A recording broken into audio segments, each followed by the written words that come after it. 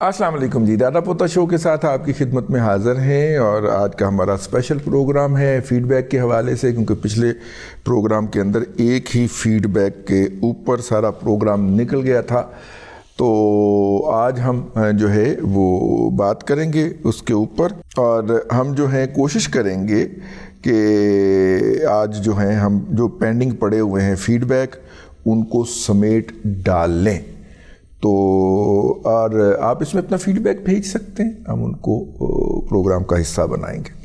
تو آج کا پہلا فیڈ بیک جی۔ رضی صاحب السلام علیکم۔ رضی صاحب میں ایک آپ کو سجیشن دے رہا تھا، کیونکہ ہمارا تو کوئی سنتا نہیں ہے، تو آپ لوگ یہ افغانستان والے ٹھیک ہے جا رہے ہیں، شکر اللہ تعالیٰ کر دے کہ سارے چلے گئے، لیکن یہ پھر جب واپس آتے ہیں ویزا لیتے ہیں تو ویزا ان کو ویسے ہی مل جاتا ہے۔ میں کہتا ہوں کہ بالکل یہ ایسی کوئی طریقہ ہو جائے، آپ حکومت کو یہ سجیشن دے دے کہ یہ جو بھی بندہ آتا ہے یہاں پہ اس کا کوئی ایک اسپانسر کے سب کا ہو گیا، تو مثال کے طور پہ جیسے وہاں سے کوئی آتا ہے تو وہ ضرور کوئی ذمہ وار بندہ یہاں پاکستان میں ہو تاکہ اس کی ذمہ واری لے لے، اور وہ بندہ جیسے میں مثال دیتا ہوں، میں ہوں، میرا کوئی نام دیتا ہے تو وہ نام اور اس کا ٹیلی فون نمبر اتا پتہ سفارت خانے کو دیں گے، جو جس کو وہ ویزا لگائیں گے، پھر تو یہ بندہ جو یہاں پہ پاکستان میں ہوگا اس کی ذمہ واری لے گا، تو اس کی پوری تحقیق ہونی چاہیے، اس کا ٹیلی فون نمبر ہر ایک چیز، اور پھر پاکستانی سفارت خانہ چاہیے کہ اس کو ٹیلی فون کرے، جیسے میں یہاں پہ مجھے ٹیلی فون کر کے یہ بندہ آپ پہچانتے یا نہیں پہچانتے، آپ اس کے ذمہ وار ہوں گے۔ یہ جی تاج محمد آفریدی صاحب تھے جن کا آپ نے یہ پیغام سنا ہے، اور ہمارے جو پختون بھائی ہیں افغانستان کے بارڈر کے ساتھ رہتے ہیں، اور وہ افغان مہاجرین کو اپنی بہت ساری غیر ضروری جو مشکلات ہیں، مصیبتیں ہیں، ان کا باعث سمجھتے ہیں، تو ان کی طرف سے یہ فیڈ بیک آیا تھا، میں نے نہیں کہا، یہ انہوں نے کہا ہے، تو ان کی سجیشن جی متعلقہ لوگوں تک پہنچانی بہت ضروری تھی، وہ ہم نے اس لیے اس کو اپنے پروگرام کا حصہ بنا لیا جی۔ تو بہرحال جی یہ پھول شول بھیجنے کی بجائے اگر آپ ہمیں سوال بھیجا کریں تو آپ کی مہربانی ہے۔ اچھا جی، احسن کیانی صاحب کا میسج ہے جی۔ اچھا جی، کہتے ہیں جی جناب، یہ کیا کہتے ہیں جی، اچھا یہ کو گفتگو کرنا چاہ رہے ہیں کیانی صاحب، آپ کر لیں کسی دن فون، اگر آپ مجھ سے 2 دفعہ مل چکے ہیں تو یقیناً آپ نے میرا نمبر تو لیا ہی ہوگا، ٹھیک ہے، میسج کر لیجئے اور فون کر لیجئے۔ السلام علیکم ورحمۃ اللہ۔ دادا جان اویس بٹرز کر رہا ہوں لاہور سے۔ دادا جان وسیم بھائی آپ کے ساتھ رہے ہیں اور ان کا ماشاءاللہ بڑا اچھا کریئر گروتھ ہم نے دیکھی ہوئے، خوشحال زندگی گزار رہے ہیں۔ میرے دادا جان صرف یہ عرض تھی کہ آپ بھی اگر اس طرح ہماری کوئی ایسے گنے چنے جو دانے ہوں ان کی آپ کائنڈلی اس طرح کی ٹریننگ کر دیں کہ وہ بھی اس معاشرے کا اس طرح سی زندگی جو ہے وہ خوشحال زندگی گزارنے کا وہ ذریعہ بن سکیں، کیونکہ یوٹیوب پہ بہت سارے لیکچرز پڑے ہوئے ہیں، چینلز بھی ہیں، لیکن جو ایک استاد کی زیر نگرانی انسان ٹرین ہوتا ہے ویسے کوئی بھی چیز اس کو ٹرین نہیں کر سکتی۔ اس میں کوئی دو رائے نہیں ہے کہ ہماری قوم جو ایک محسن کش قوم ہے، لیکن ہم اس میں امید بھی نہیں چھوڑ سکتے۔ کچھ ایسے لوگ ہوتے ہیں جو کہ بالکل واقعی احسان مند ہوتے ہیں، خاندانی بھی ہوتے ہیں۔ تو دادا جی میری صرف آپ سے یہ ریکویسٹ ہے، جیسے میں بتاتا خود ایک ٹیچر ہوں، فی الحال میں ٹیچنگ کی جاب کر رہا ہوں، لیکن میرا اور پروفیشن تھا، میں اس میں آ گیا۔ تو دادا جی میں اب اس ایج میں 30+ میں آ کے بہت سوچتا ہوں کہ میں جو ہوں وہ اس چیز میں جایا جائے۔ تو جیسے وسیم بھائی کو آپ نے آپ کے ساتھ رہے، آپ کی شاگردی میں رہے اور انہوں نے کافی کچھ سیکھا۔ اس میں نا بندے نے اپنا مینٹور خود ڈھونڈنا ہوتا ہے، ٹھیک ہے، اور اس مینٹور کے پھر جوتے اٹھانے ہوتے ہیں، ہم نے بھی کئیوں کے جوتے اٹھائے ہیں، ٹھیک ہے، اور اگر آپ ان سے متاثر ہوتے ہیں، میرا مطلب ہے کہ آپ پھر ان کی وہ کرتے ہیں، ٹھیک ہے نا۔ تو اویس بٹ صاحب کا میسج ہے جی، اگر آپ نے وہ نہیں اٹھائے اور آپ یہاں تک پہنچے ہیں تو اس کا مطلب یہ ہے کہ دیر سے پہنچے نا، کیا خیال ہے، دیر سے پہنچے نا، اگر آپ کو کوئی گائیڈ کرنے والا ہوتا تو جلدی پہنچ جاتے ان منزلوں کے اوپر۔ تو بادب با نصیب، بے ادب بے نصیب، بہرحال لیکن میرے پاس ذاتی طور پہ نا ہے نہیں، اتنے زیادہ اسٹوڈنٹ ہیں، 20 سال پڑھایا ہے مختلف یونیورسٹیوں کے اندر، اور آخری بات ਭਾਈ ਜਾਨ ਮੈਂ ਇਸ ਪ੍ਰੋਗਰਾਮ 'ਚ ਬਹਿ ਕੇ ਚਵਲ ਥੋੜੀ